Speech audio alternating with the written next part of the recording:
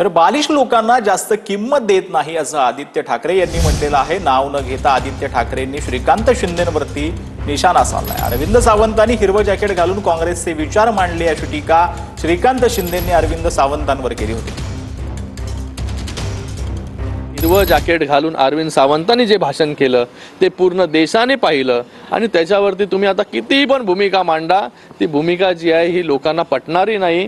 तुम्ही जे काही केलेलं आहे हे फक्त आणि फक्त काँग्रेसच्या विचारधारे, म्हणजे मला एक 3 इडियट्सचा डायलॉग आठवतो, शब्द मेरे है लेकिन बोल कोई और रहा है। हे असे काँग्रेसचे शब्द होते पण बोल कोई और रहा था। अशी परिस्थिती जी आहे ही काल उबाटाची झालेली होती। मला वाटतं काय आहे ना की काही काही बालिश लोक असतात, रंगावरनं कधी धर्म ठरत नाही। रक्ताचं रंग हे लाल असतं, मध्ये भाजप बोललं ना की लाल माओवादी वगैरे, रक्त तुमचं सगळ्यांचं लाल आहे आणि रंग हे सगळ्यांचे आहेत ना। असे फालतू चर्चांमध्ये मला जाण्यात काही रस नाहीये, कारण त्यांची ती बुद्धी तेवढीच आहे, ते जाऊ दे, त्यांना सोडून द्या। आमच्यामध्ये पण असताना तेवढीच किंमत द्यायचो, म्हणून कोल्ड कॉफी मला वाटतं घ्यायची।